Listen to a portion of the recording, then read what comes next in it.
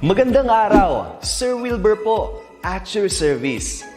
Narito ang ETUlay upang gabayan ka sa inyong pag-aaral upang lubos na maunawaan ang iba't ibang paksa o subject. Ang ETUlay ay isang free online tutorial class na pinangungunahan ng DepEd Educational Technology Unit sa pamumuno ni Undersecretary Elaine Del B. Pascua. Ang programang ito ay hindi lamang para sa mga bata, kundi ito rin ay magsisilbing gabay sa mga magulang at mga guro kung paano nila ituturo o gagabayan sa bawat asignatura ang kanilang mga anak o mga estudyante. Sa kasalukuyan, ang self-learning module mula sa rehiyon ng Calabarzon at kilala sa tawag na pivot ang ginagamit sa ating ETUlay online class. Kaya ano pang hinihintay ninyo? Ihanda na ang inyong mga ballpen o lapis, papel o kwaderno at samahan kaming itulay ang pagkatuto para sa bawat batang Pilipino. Sama-sama tayong magtutulungan para malampasan ang mga hamon sa panahong ito. Halina't matuto kasama ang inyong online tutor sa oras na ito.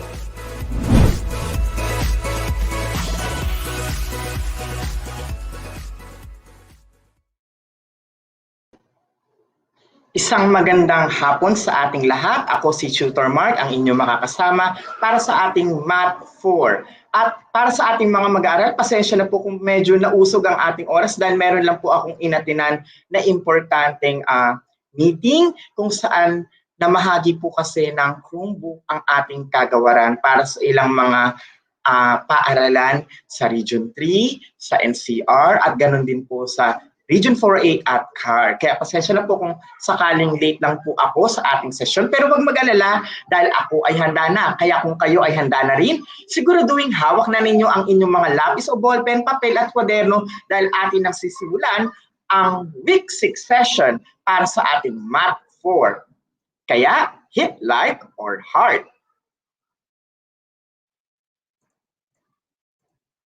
Ang ating pong ginamit na material para sa araw na ito ay ang self-learning module na galing po mismo sa central office. At ang ating Week 6 session ay may kinalaman sa finding the missing number in an equation. Gagawin natin itong napakasaya, napakadali, basta kayo ay makikinig ng mabuti. At narito ang ating objectives. At the end of our tutorial, you will be able to find the missing number in an equation involving the different properties of operations such as the commutative property, the associative property, and the distributive property. Huwag kayong kabahan kasi i-guide ko kayo ng mabuti. Kung ano man ang mga different operations or properties na ito, tutulungan ko kayo na maintindihan ko ng mabuti. Kaya, simulan na natin. Let's have our drill. When we talk about commutative property, it states that the order in which the numbers are added or multiplied does not affect the sum or product. Mga bata, ang una nating tatandaan ay ang commutative property. Isulat na ito sa inyong papel o notebook. Kapag sinabi nating commutative property, kahit tayo ay magpalit-palit ng pwesto ng mga numbers na ating ina-add o minumultiply, pareho pa rin daw ang ating sagot. Halimbawa, tignan ang numerong ito. 32 plus 59 plus 8 equals 32 plus 8 plus 59. May napansin ba kayong mga bata?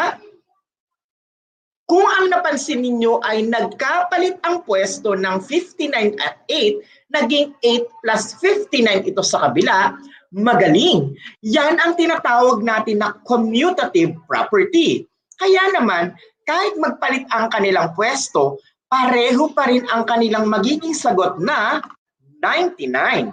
Remember, ang una nating tatandaan sa property ito ay commutative property. Magpalit-palit man ang pwesto ng numbers na ating ina-add o minumultiply, ang answer nila ay pareho pa rin.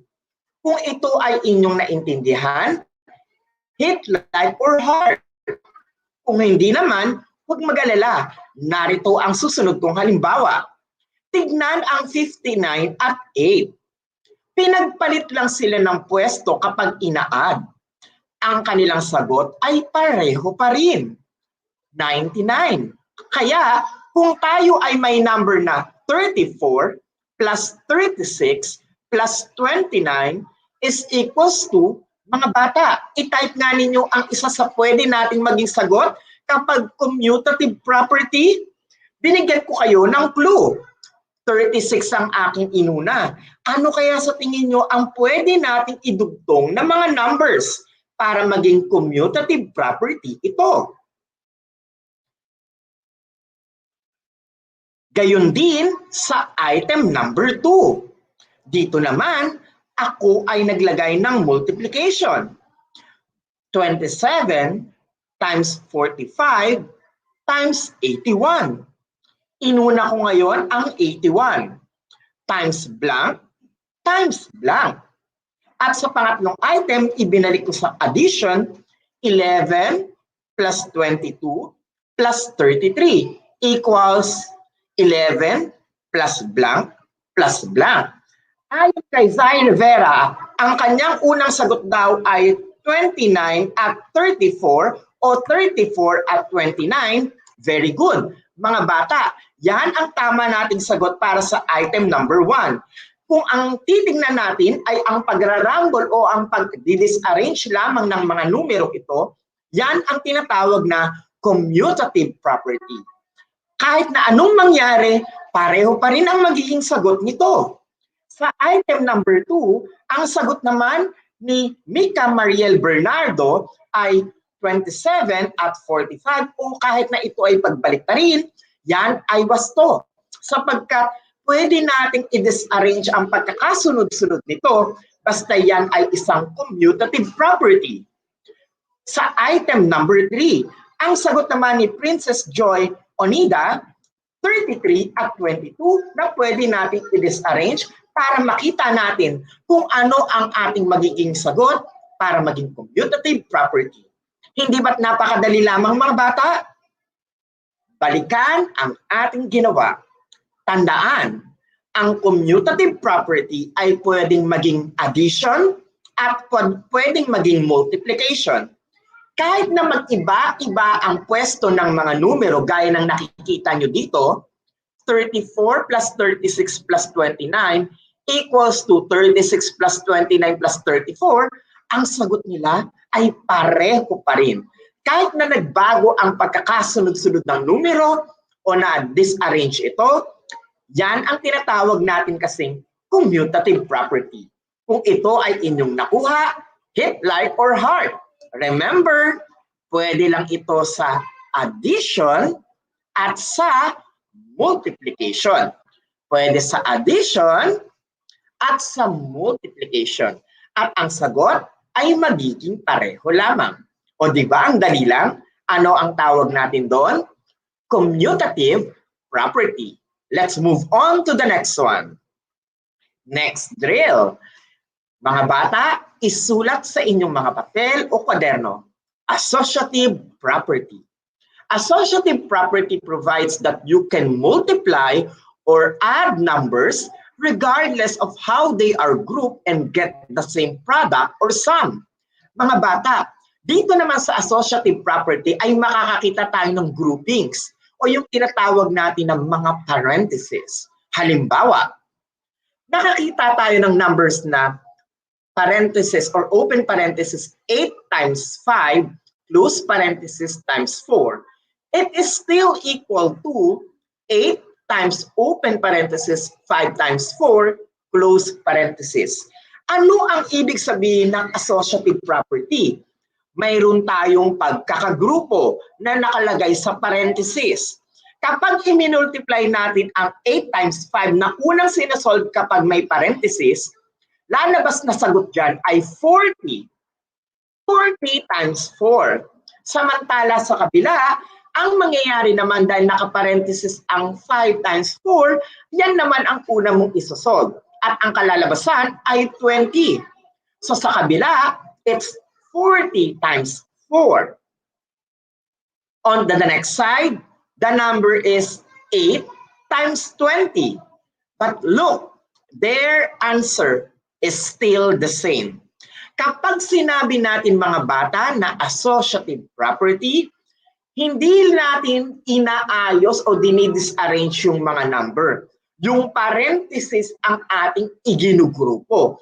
Yun ang ating iginagalaw. Na kapag i-move natin, yung kanyang sagot ay magiging pareho pa rin. Tutor Mark, anong pinakaiba niya sa commutative property? Makinig. Sa commutative property, palit-palit ng pwesto. Sa associative property, palit-palit ng grupo. Nakuha na ba?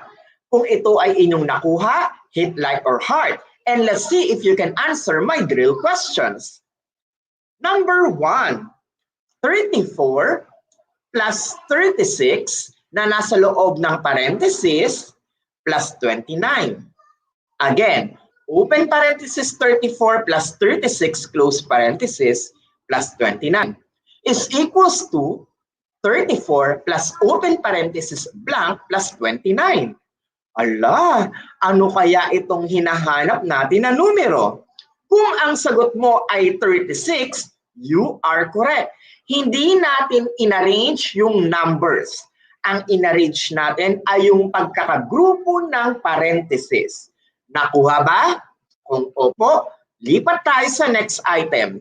Number 2, 81 times 2 na nasa loob ng parenthesis. Open parenthesis 81 times 2, close parenthesis times 9. Ano kaya ang numero na dapat nating ilagay dito sa unahang ito na hindi natin pagpapalit-palitin ang pwesto ng number? Ang ginawa lang natin, i-move natin ang parenthesis. Online, what do you think is our answer? Kung ang sagot mo ay 81, tama. Tapos yung nasa loob naman ng parenthesis ngayon ay 2. Hindi natin pwedeng pagbaliktarin yung dalawang numero dahil kapag tinukoy ang associative property, yung groupings ang ating pinapalitan. Remember, sa associative property, yung groupings ang ating pinapalitan. Kaya kung ito ay inyong nakuha, hit like or heart. Remember these two things. Commutative property, kahit pagbalik-baliktarin ang number, the answer is still the same. Sa associative property, pagbalik-baliktarin yung parenthesis, the answer is still the same. Get it? Hit like or heart. Ngayon, dumako tayo sa susunod na bahagi. Another drill.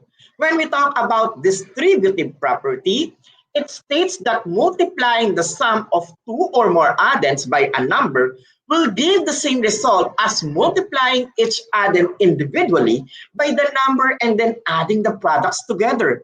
Naku, sigurado sabi ng ilang mga bata, Tutor Mark, ano yun? Ayan, makinig mabuti ha. Madali lang ang distributive property. Para siyang kagaya ng isang nagbibigay na tao. You give, you distribute.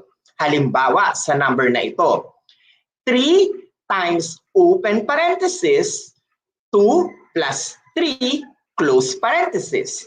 Kung mapapansin ninyo, yung 3 ay ibinigay natin dito sa 2. Naging 3 times 2. Sinunod natin ang plus. And then after that, we distribute again 3, kaya nagkaroon ng 3 times 3. Ibig sabihin, dinistribute yung 3 para magkaroon ng pagkakagrupo. That is what we call as the distributive property. But the answer is still the same. Look, nagkaroon tayo ng grupo. Nagkaroon tayo ng pagkakagrupo. I-distribute natin yung 3 at nagkaroon tayo ng pagmumultiply. 3 times 2. 3 times 3. And when we get the answer sa una, pag inuna nating sinod ang nasa parenthesis, it will give us 5. 3 times 5. But onto the other side, isinasolve natin ito sa loob ng nasa loob na siya ng parenthesis. 3 times 2 is 9, and 3 times 2 is 6, and 3 times 3 is 9. I repeat, 3 times 2 is 6, And 3 times 3 is 9. At dahil dito, ang makikita natin ay pag minultiply natin ang 3 times 5, 15 ang lalabas. Kapag 6 plus 9 naman ang ating ginawa, 15 ang lalabas. Ang kanyang proseso ay magkaiba, pero ang kanyang naging sagot ay pareho. Yan ang distributive property. Pareho ang nagiging sagot kahit na i-distribute niya ang kanyang numero. I'm sure na maraming mga bata ang magsasabi na, Tutor Mark, hindi ko pa rin po nagigets paano yung distributive property. Madali yung associative at saka commutative.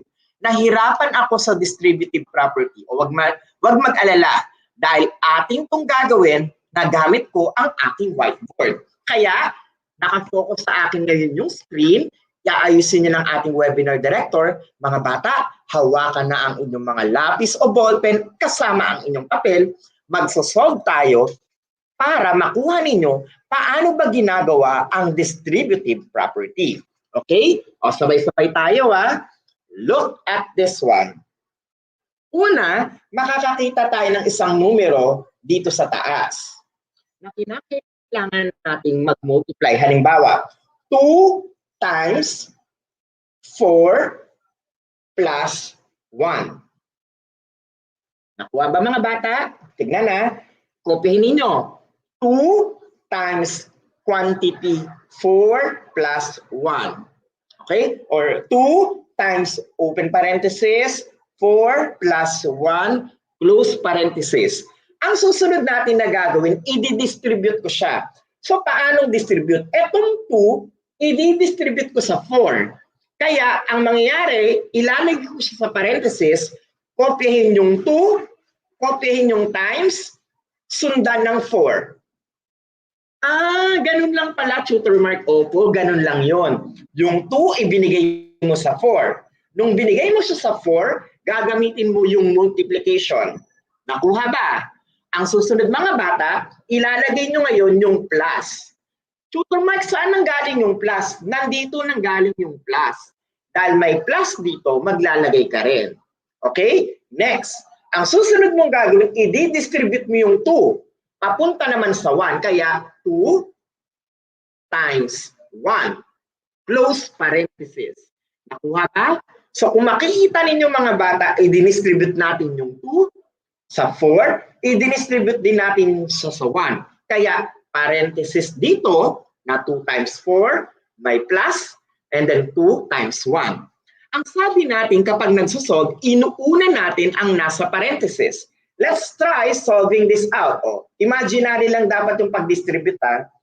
So, in here, 2 times, uunahin natin yung parenthesis, 4 plus 1 is 5. Itapat natin yung equal sign ha, tapat-tapat. I-solve. What is 2 times 4? 2 times 4 is 8. Tama? Kopyahin yung plus. 2 times 1 is 2. Ngayon, i-finalize natin na what is 2 times 5? The answer is 10. Put the equal sign. Tapat-tapat ang equal sign. What is 8 plus 2? Correct, that's 10. O di ba? Pareho sila ng naging sagot kahit na i-distribute yung number. Yan ang proseso ng distributive property. Nakuha na ba mga bata? Kung opo, hit like or heart. O di ba, kay dali lang? Ganon ang proseso ng distributive property, kaya huwag kayong matatakot. Ang ibig sabihin lamang nun, ibinibigay natin yung numero na independent dito sa side. At ginagawa natin yan para makita yung kanyang property ay pareho lang pala na nakukuha ang sagot kahit ganon. Magic, di ba? O now, let's have another one. Mga bata, erase natin muna. Buburahin ko muna to, tapos sulat tayo ng panibagong item. Okay? Ayan. Kunin ko na yung aking eraser. Lipat tayo sa item number 2. Distributive property pa rin tayo ha mga bata. Okay?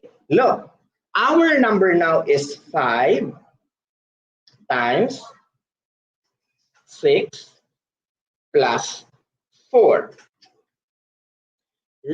as distribute the digit. Put the equal sign, distribute natin yung 5 papuntang 6. Open parenthesis, copy 5 times, and then the number, 6.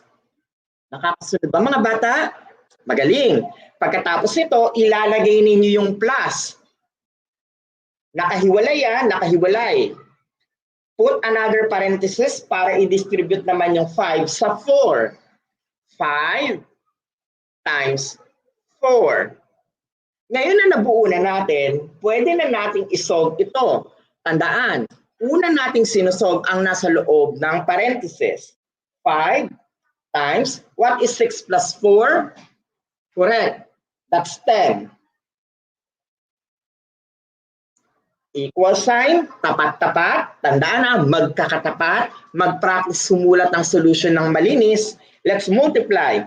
5 times 6 is, correct, that's 30. 30 plus, and then multiply natin yung kabila. 5 times 4 is 20. Now, let's solve. 5 times 10 is equals to 50. Put the equal sign, tapat-tapat. 30 plus 20, if you add 30 plus 20, you get 50. Again, the answer is the same. Yan ang distributive property. Ibinibigay yung numero, pero ang kanilang mga nagiging sagot ay magkapareho pa rin. I hope nakuha ninyo ang tamang sagot. Kaya kay Yuan, Gabriel, kay Marcel, Krian, at Princess Joy Canales na nakatutok ngayon, ganun din kay Ayam Punsalan, very good dahil nakuha ninyo ang tamang kasagutan. Now, we will go back to my presentation o dito sa aking PowerPoint. Ngayon na nakita na ninyo kung paano ang tamang proseso para makuha natin ang tinatawag na distributive property, sagutin natin ang aking natitirang tanong dito sa aking drill. For example, in number 1, 8 times the quantity of 4 plus 1, tapos naka-close na siya, paano natin to gagawan ng pagdidistribute? Take note, tinuro ko na kanina kung paano. So ibabalik ng ating webinar director yung aking presentation tool para makita ninyo yung number. Gaya nga ng aking nabanggit, it's 8 times, open parenthesis, 4 plus 1, close parenthesis. O, solve na nga ninyo yan. Bibigyan ko kayo ng enough time to solve it. Ano dapat ang makikita natin na pagdidistribute? Take note, hindi ko hinahanap dito yung answer. Ang hinahanap natin dito ay anong number ang makikita natin kapag na-distribute ito. Okay? Sige nga. Ano ang pagkakadistribute ng 8 times open parenthesis 4 plus 1 close parenthesis? Ayan, nagtatype ng mga bata. Ang galing naman. Kung nakinig kayo ng mabuti kung paano yung ginagawa, I'm sure masasagutan nyo to ng tama. Ayon kay Fiona Ariola. Ayan, tingnan natin. Sabi niya, ayan, dapat yan ay magkaroon ng 8 times 4, yun ay nasa loob ng parenthesis, plus 8 times 1. Ibibigay natin yung 8. Kaya kay Mika Mariel Bernardo, Martin Presa, very good. Nakita ko na nakuha ninyo ang tama nating kasagutan. Sapagkat kapag i-distribute natin itong number na ito, yung 8 ang ipamimigay, magiging 8 times 4. Yung isa naman, magiging 8 times 1. Kaya, very good. Nakuha ninyo ang tama nating sagot. O lipat tayo sa item number 2. Kapag i-distribute natin ang 9 times open parenthesis, 6 plus 3, close parenthesis, ano naman ang magiging sagot natin? Take note ha, ibibigay ninyo o i-distribute yung 9. Okay, abangan ko kung ano ang inyong sagot. Type it. Kung ang inyong ibinigay na sagot ay 9 times 6, nandun sila sa unang groupings, plus 9 times 3, then you are correct. Sapagkat ang ating i-distribute dito ay yung 9. 9 times 6. Yung plus, kukopyahin lang, yun ang nasa gitna, and then 9 times 3. And that's how simple it is. Sa pamamagitan nito, natukoy na natin ang pagkakaiba ng isang commutative property, associative property, at distributive property. Tandaan, ang prosesong ipinapakita natin ay kahit na nag-distribute tayo ng number, they are going to arrive with the same answer. Kaya kay Martin Presa na nagbigay ng sagot na 9 times 6 na nasa isang grupo plus 9 times 3 na nasa pangalawang grupo, ikaw ay tama. Ganon din kay Cal Mirasol, Lexter Javier at Angel Sara. Ngayon, dumako na tayo sa ating exercise number 1. I want you to find the missing number and I want you to identify the properties or operations involved. Ready na ba? Number 1, 12 plus 24 plus 34 equals 34 plus 12 plus blank. What is the missing number? Ano kayang hinahanap natin ng numbers dito? Kung ang sagot nyo sa number 1 ay 24, then you are correct. Kasi ang 24 ang nawawala. Yon ang ating ilalagay. Mahusay. We moved on to item number 2. 2 times the quantity of 15 plus 20. Ngayon, nagkaroon tayo ng equals, pero nakaparenthesis. Ano kaya ang number na ilalagay natin dito sa unahan? So sa mga sumagot kanina ng 24, kagaya ni Zai Rivera, Fiona Ariola, Camille Hernandez, and Evie Canlas, very good. Now we move on to item number 2. Ano kaya ito? Kung ang iyong sagot sa una ay 2 times 15 at yung pangalawa naman ay 2 times 20, then you are correct. Palakpakan ng iyong sarili sapagkat nakuha mo ang tamang sagot. Kyle Mirasol. Now, with this item, makikita natin na ay parang namigay tayo ng number. Binigay natin at nagkaroon sila ng pagkakagrupo. We move on to item number 3. Ang dali nito 8 times 7 is equals to blank times 8. Ano ang hinahanap natin na sagot sa number 3? Kung ang sabi mo ay 7, magaling dahil nagpalit lang sila ng pwesto.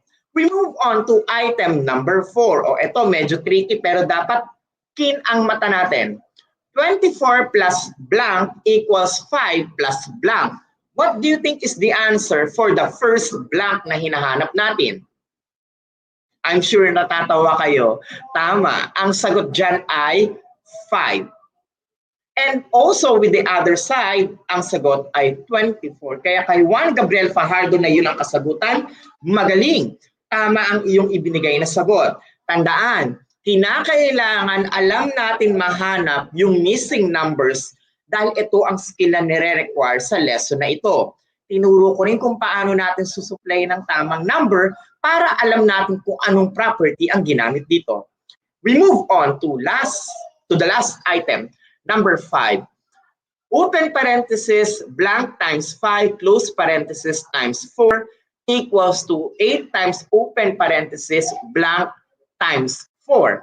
Ano kaya ang hinahanap natin na sagot dito sa item na ito? Online, can you determine? Sige nga. Kung ang iyong ibinigay na sagot sa unang hinahanap natin ay 8, you are correct.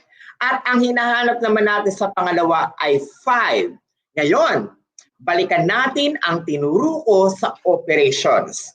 Mga bata, bibigyan ko kayo ng 30 seconds to give me the correct answer for number 1, 2, 3, 4, and 5. Kung ito ba ay isang commutative property, associative property, o distributive property. Ready na? O, 30 seconds starts now. Type na sa inyong sagot. I-type na, ano kaya ang number 1, 2, 3, 4, at 5? Tukuyin kung yan ba ay gumamit ng commutative property, associative property, o ng isang distributive property. O, di ba nakakatuwa? Type na last 10 seconds. Last 10 seconds online, tukuyin kung anong klase ng properties of operation ang na-involve sa ating items. Okay? Type down kung ito ba ay commutative property or commutative, associative, or distributive. Okay, ready. Number 1. According to Mika Bernardo, commutative property. Very good. Kaya commutative property ang number 1 dahil ang ating dinidisarrange ay ang kanyang pagkakasunod-sunod. 12 plus 24 plus 24 became 34 plus 12 plus 24. Binago lang natin ang arrangement ng numbers at kahit gano'n ang mangyayari, i-multiply man yan o i-add, the answer is still the same. And that property is what we call as the commutative property. To Lexer Javier, Hazel Ligaya, very good. Tama ang inyong sagot. Move on to number 2. Anong property ang ginamit natin?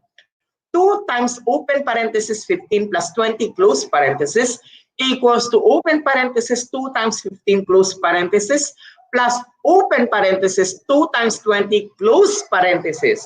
Ano kaya ang number 2? Ayon kay Gab Ansiro at kay Sharabel Cabana, ang kanilang sinabi, distributive. Magaling. Ibinibigay yung number pero ang kanilang sagot ay pareho pa rin. Remember, inuuna nating isolve dito ang nasa loob ng parenthesis. Kaya kay Martin Presa, na ganun din ang kasagutan at kay Mika Bernardo, very good. We move on to item number 3. 8 times 7, naging 7 times 8. Ano ang tawag dito? Nagpalit lang ng pwesto. Online, what do you think is our answer? Kung ang sagot mo ay kagaya kay Lian Joy SF, sabi niya commutative property, very good.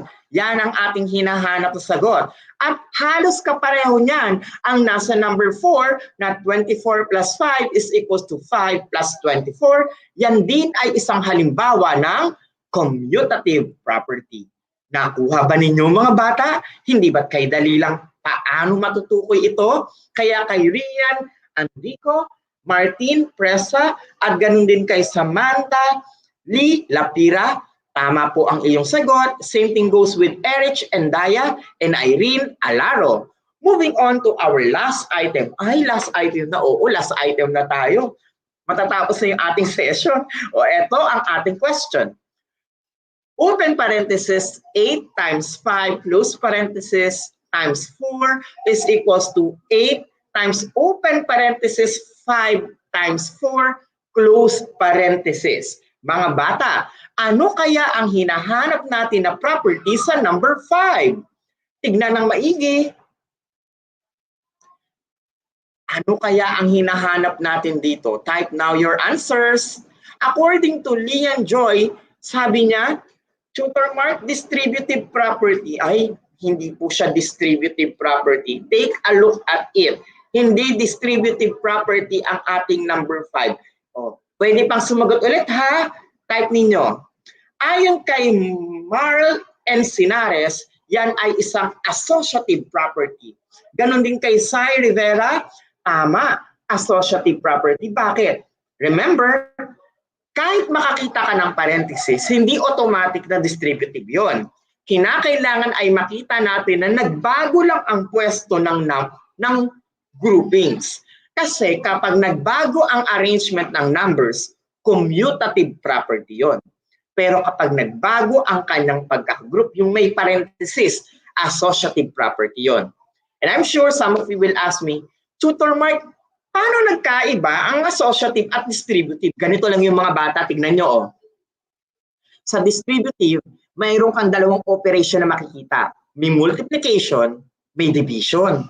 Yung associative, isa lang yun. Pwedeng lahat yan ay addition, pero magkaiba lang ang pagkakagrupo ng parenthesis o lahat yan ay multiplication, magkaiba lang ang pagkakagrupo ng parenthesis. Oh, nakuha nyo ba ang perfect score? Naka 5/5 ba kayo? Kung opo, please hit like or heart or type 5/5 ako at binabati ko kayo dahil nakuha ninyo ang ating week 6 lesson. Hindi ba't kay dali? Alam na natin, matukoy, kung ang isang number ba ay ibinibigay sa atin bilang isang commutative property, associative property, at distributive property. And when we solve these equations, at the end of the day, it will reflect an answer that is still the same. Magkabaliktad man ang kanyang pagkakaayos, magkaiba man ang pagkakagrupo, at the end of the day, that's the magic of math. We now learn the different properties of operations involved, even if there are missing numbers in our equation. Again, this is Tutor Mark, at sana ay naunawaan ninyo ng mabuti ang ating aralin para sa Week 6. Maaari niyong i-download ang PowerPoint presentation na ito sa ating DepEd Commons. And if you would like to still watch this episode, you can visit DepEd TV YouTube channel or the DepEd TV page, ganon din sa Edtech Unit page ng Facebook at sa YouTube. Muli, ako si Tutor Mark na makakasama nyo for Math 4. Paalam!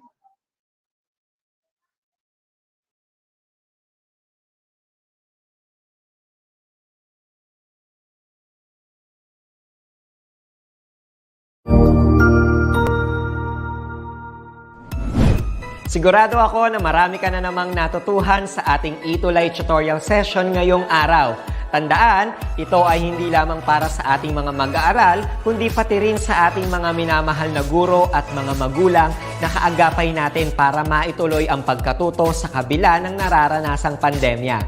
Patuloy ding sumubaybay sa DepEd TV para sa mga araling ginawang video episodes. Mapapanood ito mula Lunes hanggang Sabado, alas 7 ng umaga hanggang alas 7 ng gabi sa inyong mga telebisyon.